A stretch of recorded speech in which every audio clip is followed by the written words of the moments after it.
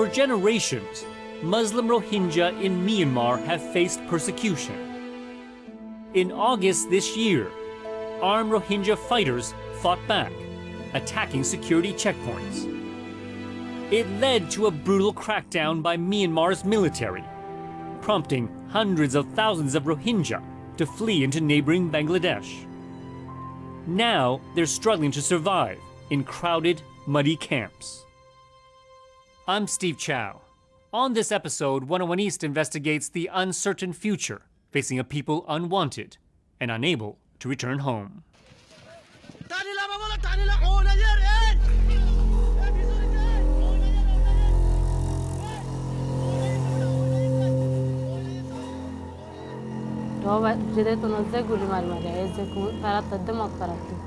At 8 a.m. on Wednesday, they came and started shooting. The men were stabbed and slaughtered. It took them until the afternoon to kill all the men. After the men were killed, they took away the women who had children. When they took the mothers, they threw their children to the ground and killed them.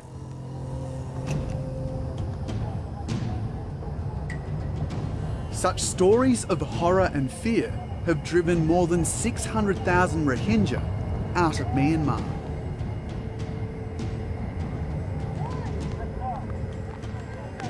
Hour after hour, the stream of refugees crossing the border into Bangladesh never ends. The numbers and speed of this exodus surpass anything seen in recent times. Exhausted, traumatised, young and old struggle through the mud. Some of these refugees have been walking for 3 days in the rainforest, in searing heat, in weather like this. But this is only the beginning of the hardship. The starving Rohingya take any help on offer. The Bangladeshi army has set up this aid post for the new arrivals. They're desperate now, but these refugees say they are fleeing something far worse. Decades of persecution from Myanmar's government and military. The surge in violence over recent months has been described by the UN as ethnic cleansing. Others have called it genocide. They take the babies and throw them into the blazing fire. If we try to rescue them, they shoot us. Mujibur Rahman is only 19. They beat us, burnt us, slaughtered us. My uncle was murdered when he went to get the cattle. People cannot move freely from one place to another. They shoot us and kill us. They tell us to go back to Bangladesh.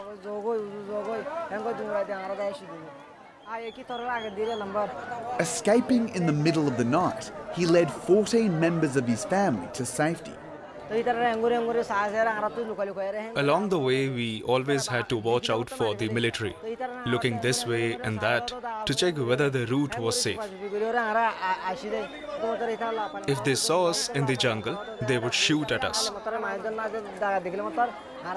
That's how we came here, by walking and fearing that the military would kill us along the way.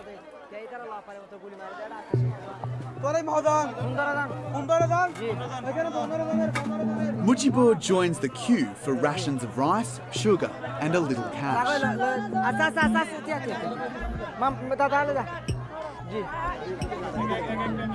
Then he and his family are packed onto a truck headed for the refugee camp. It'll be a bumpy 2-hour journey.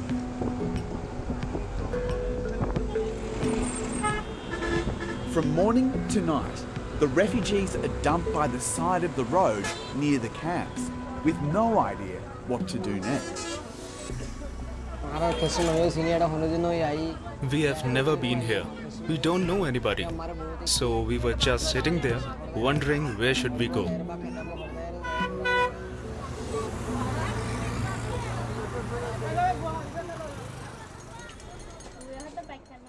The next morning, we find Mujibur and his family sheltering in a school. The ordeal is beginning to take a toll on everyone.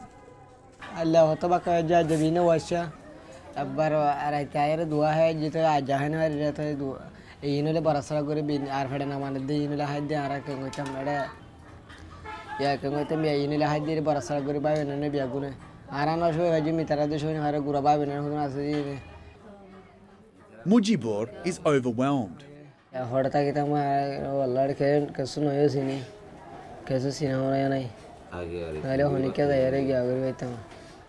His mother is worried too.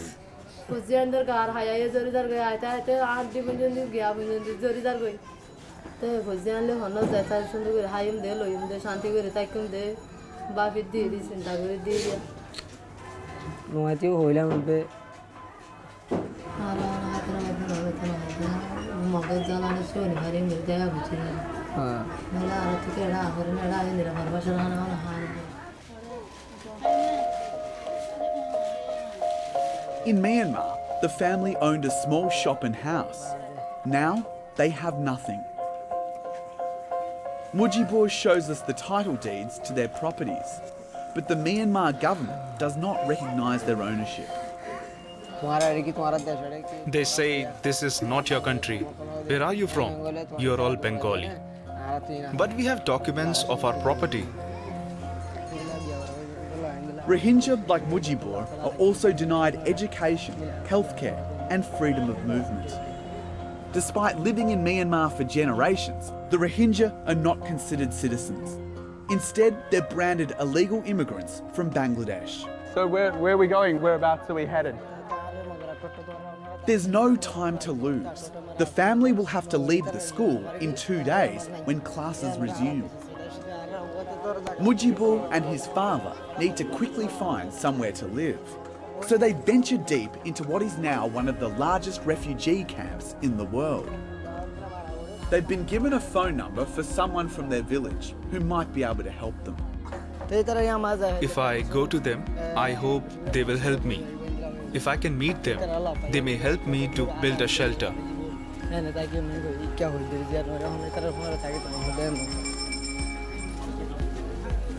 But the camp is chaotic and phone reception is patchy. This is such a big camp. I haven't found the person I'm looking for. I don't know where to find him. I don't know what to do. This camp is huge. It's going to be like finding a needle in a haystack. As night draws closer, Mujibur is losing hope. But then he sees a familiar face in the crowd, a fishmonger from his village.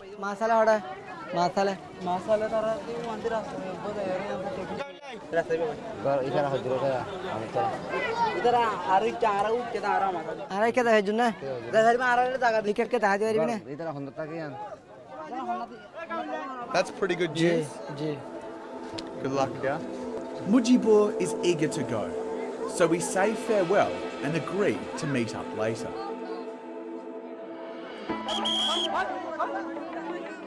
Humanitarian workers say they were caught unprepared by the speed and size of the Rohingya exodus. As refugee numbers soar, there's a severe shortage of food. They have to queue for hours.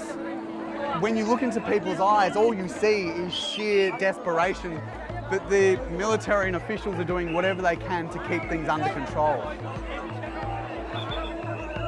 Bangladeshi soldiers aren't only coordinating aid efforts. They're also here to stop Rohingya refugees from leaving the camps. Conditions are dire. Poor sanitation means the risk of a cholera outbreak is very real. International agencies have rushed vaccines into the camps, but there's no guarantee they can stop a health disaster.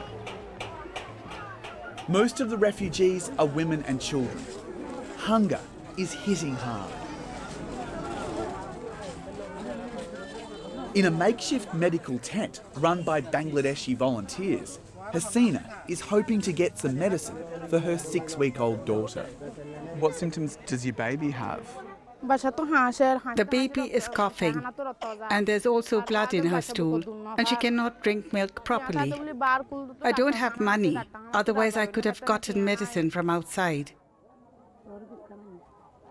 Back in her own shelter, Hasina tells me while the situation here is desperate, Myanmar is no place for a Rohingya baby. In my country, when the military comes, we leave everything at home and just run.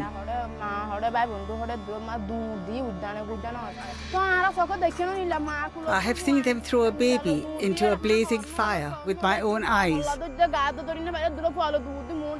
I have also seen them throw a baby onto a hot corrugated roof of a burning hut, and the baby was cut into pieces.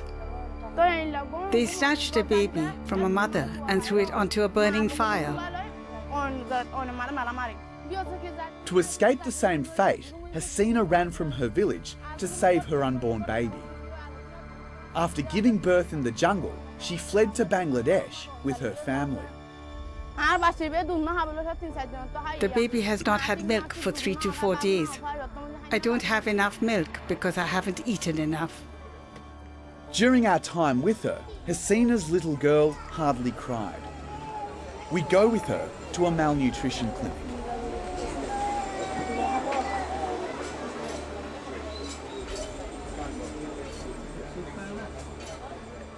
इधर अवस्था बेशी खराब ही है बुझे ना लाडा में क्यों ये हैं हम बाहर तुम दुखे तो बाहर तुम दुखे दे इधर लाई इधर तुम दूर पुष्टि दरकार से ये लोग पुष्टि ना पाए इन्फेक्शन हुई है मैंने पुष्टि भीतर है जीवन रोई है पकड़ोई है ठीक है ये आना इधर चिकित्सा कौन परिबो ये चिकित्सा आदर ना हो Her baby needs emergency care, and they are sent to a hospital 2 hours away.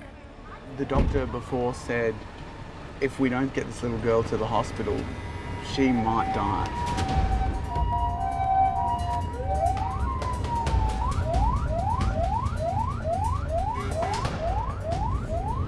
I think she's starting to realise what a grave situation this could be. Hasina and her daughter are whisked away to a special paediatric ward. The hospital staff quickly get to work, and the little girl finally shows some signs of life. I will stay here until my baby gets well. I'm happy. I didn't have money, so I couldn't get treatment until I was admitted here.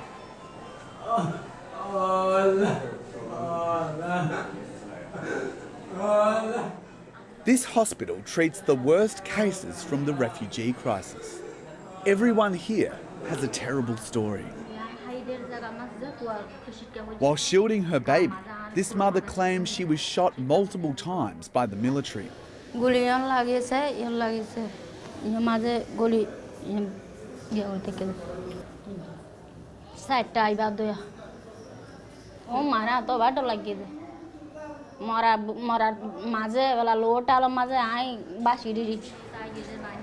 Villagers dragged her unconscious body to safety.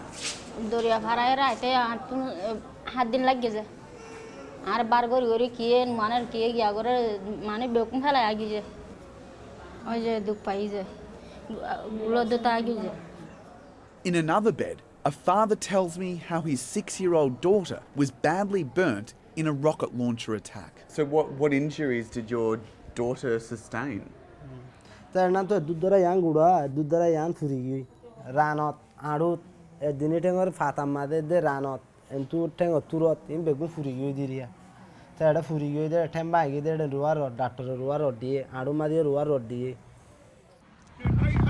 Myanmar denies targeting civilians and blames the crisis on the Rohingya themselves. In August, armed fighters from the Arakan Rohingya Salvation Army attacked a number of security posts with homemade weapons. Buddhist mobs and the Myanmar military hit back with fury, razing hundreds of Rohingya villages to the ground. Refugees say one of the most gruesome mass killings took place in the rice farming village of Tulatoli. 2 women who narrowly escaped agreed to meet with me. These women will only speak to me inside their hut because they are so traumatised by what they endured, they don't want anyone to hear. Inside the tent, I meet Hasina and her sister-in-law, Asma. Hasina tells me the day began with a bloodbath.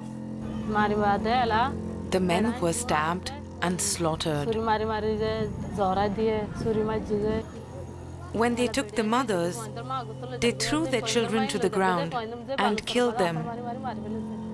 Hasina's 16-month-old baby was also killed.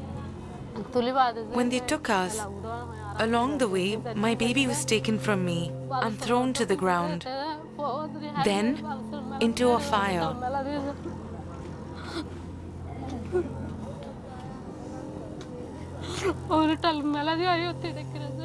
Right in front of me.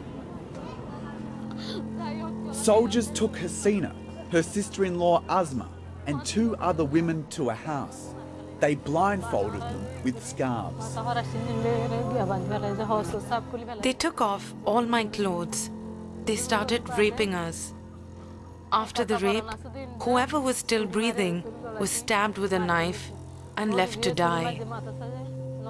My sister-in-law was raped and hit with bamboo. I don't know what happened to me after that. My head was bleeding and my jaw was broken. Maybe around half an hour later, they set fire to the house. When I woke up, the house was red with fire and the door was locked. Only Hasina and Asma survived the chaos. They found a hole in the wall and ran naked out of the burning hut. Given what you endured, could you ever go back to Myanmar? When our house was burned, we told ourselves that since God saved us from this, we will never go back. All of our family members died. How can we go back there? I suffered a lot. I almost died. People said that we would not survive because we were carried here in sacks and we were bleeding along the way.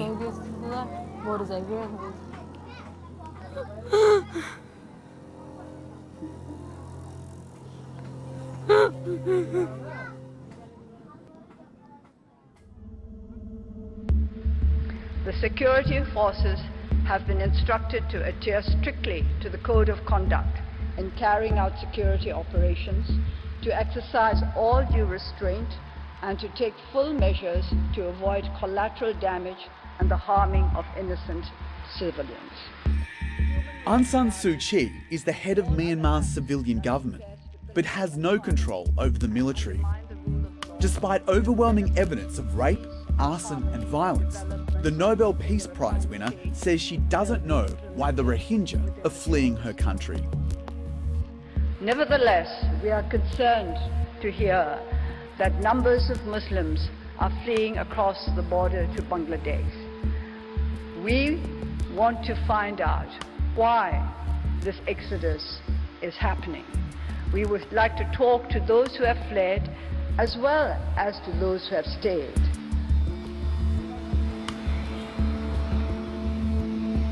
I've come to Myanmar's biggest city, Yangon.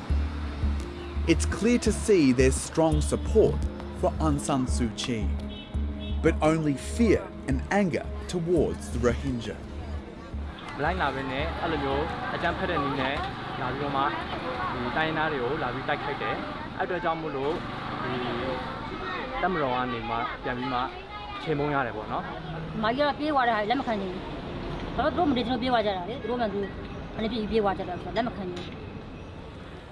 Even those who suffered under the violent hand of Myanmar's military want nothing to do with the Rohingya. Jimmy U was a political prisoner who for decades fought against Myanmar's military regime, but this time he's supporting them. You were arrested, imprisoned and spent 20 years in jail, treated badly by the military. Why isn't this another example of injustice in Myanmar? It's a very different situation. To blame the Myanmar governments or Myanmar army or Myanmar people is not workable. But has the military in Myanmar really changed? Yep, Yes, now they are deeply involved in the peace process. The United Nations, Amnesty International and Human Rights Watch have all condemned the actions of the Myanmar army. Why have they got it wrong? So it is very strange, very strange. So I couldn't understand what they're making the fake news. Everybody in our country has worries about Islamic expansion in our countries. Back in Bangladesh, Mujibur, the young man I met earlier, explains what it's like to live with that hatred. To them, there's no Rohingya ethnicity. So when they see us, they want to finish us off. That's why they are committing genocide. But Mujibur has no time to dwell on what's happening back in Myanmar. Today, he and his father have started building a new home for the family on the fringes of the camp. The weather is unbearably hot. The whole of my body burns. The children are getting heat rash. There are no trees. There is no shelter. Up here, you can clearly see the size of this camp. More than 300,000 Rohingya were already living here before the latest exodus began. Since August, the population has tripled. Everyone here is desperately trying to survive. When you see these makeshift huts sprawling across the hills, you think to yourself, what's going to happen when the monsoon comes? And what happens if there's a mudslide? And there are plenty of other things that could go wrong. The shelter I saw Mujibur working so hard to build is already destroyed. Last night, a wild elephant trampled his home. Now he has to build a new shelter from scratch. But his first task of the day is to buy a water jug. He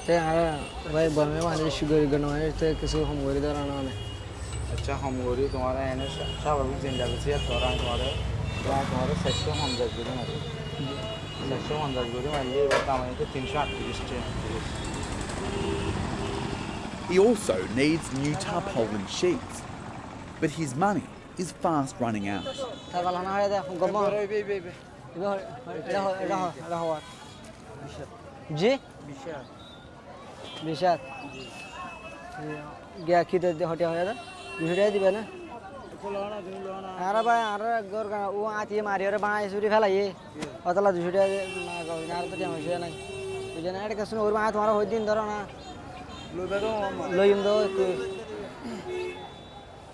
Mujibur is frustrated he can't do more to help his family. I'm not happy because I have to manage all of the necessary things, like putting up the tent and carrying water. The children are crying and need clothes. I don't feel happy because there is no job here. Bangladesh is grappling with how to deal with more than 500,000 people who have landed on its doorstep. The government has announced plans to build a new mega camp. It also wants to move some refugees to a flood-prone island. Myanmar has offered to take back Rohingya who recently fled, but only if they can prove they lived there. And that's if any of these people want to return. For many, there's nothing left back home but memories of death and brutal violence. It's not surprising some are already planning another way out. Hey, Mujibur, how are you? Good to see you again. Down there? All right. Since the wild elephant attack, Mujibur has already built a new shelter for his family. So this is your new home? Yeah, I just built this. It's not yet complete. I will finish it slowly. Since morning there's been heavy rain, so I couldn't do anything today. But he doesn't see Bangladesh as a long-term solution and says if the situation doesn't improve, he'll turn to human traffickers. If there are no rights here, we will go wherever we can find rights, even if we die along the way. We will go to Malaysia. If we can't go by boat, we will walk there, if there is a way. Mujibur won't be alone. The UN has warned the next wave of trafficking is just beginning. Even before this latest mass exodus, desperate Rohingya took their chances with people smugglers, only to be abandoned at sea off the coast of Malaysia or buried in mass graves in Thailand. But with no country to return to and an uncertain future in these camps, Asia's most unwanted people will continue to search for a place to call home.